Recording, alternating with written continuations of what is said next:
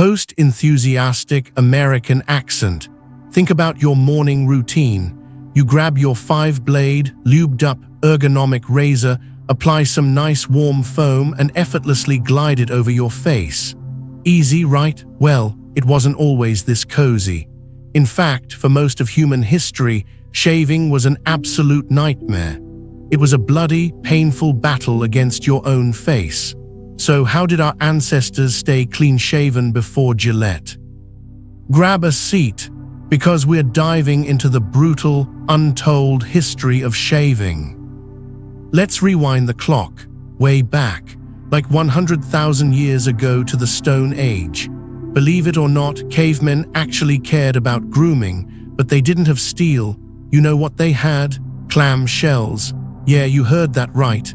They would literally use seashells like tweezers and pluck out individual beard hairs one by one. Imagine doing that to your whole face every single week. Talk about pain. By 60,000 years ago, someone got smart and realized plucking was too slow.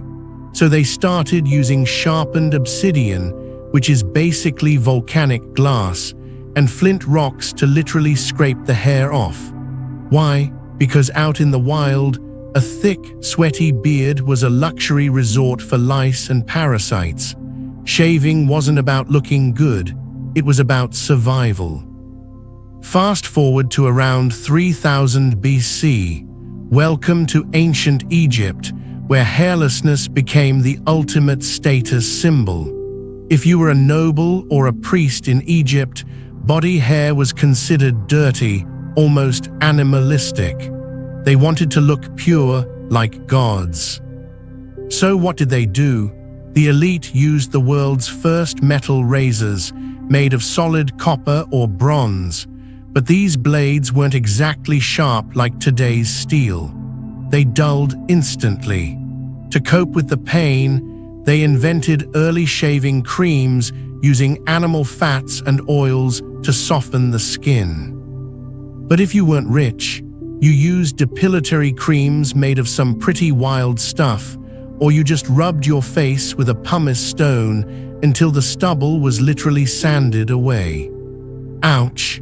Ironically, even though they hated actual hair, pharaohs would wear fake metal beards called a postiche just to show power.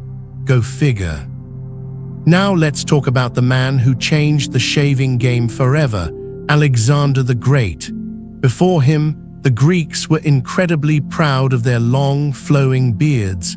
It symbolized wisdom. Think Zeus or Heracles.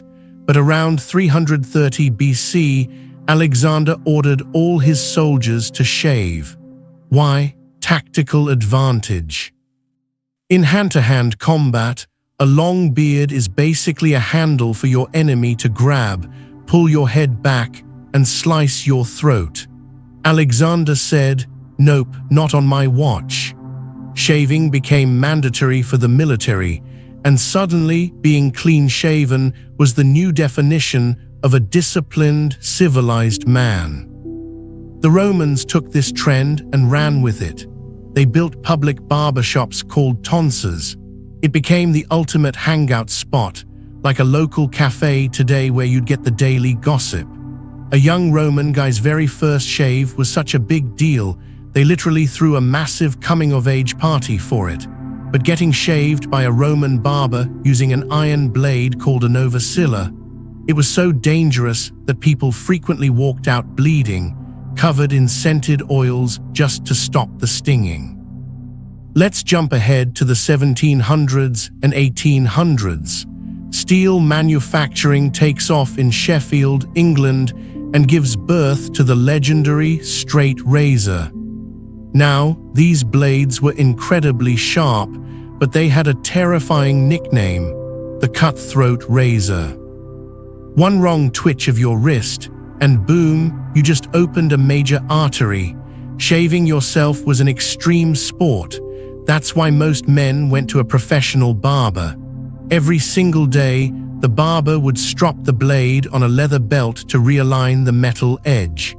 It was smooth, it was manly, but it was expensive and required serious skill. Everything changed in 1895 because of one man, King Camp Gillette. He looked at the straight razor and thought, there's got to be a safer, cheaper way. So he invented the double-edged safety razor with disposable blades.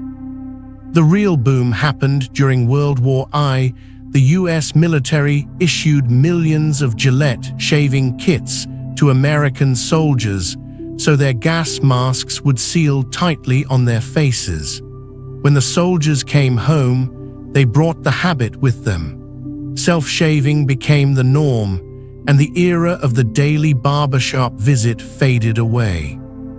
So the next time you complain about a little razor burn or the price of your cartridge refills, just remember, at least you aren't scraping your face with a volcanic rock or getting your beard plucked with clamshells by a campfire. If you loved this deep dive into history, make sure to smash that like button, hit subscribe, and let me know in the comments below, could you have survived a Stone Age shave? Thanks for watching, and I'll catch you guys in the next one. Peace.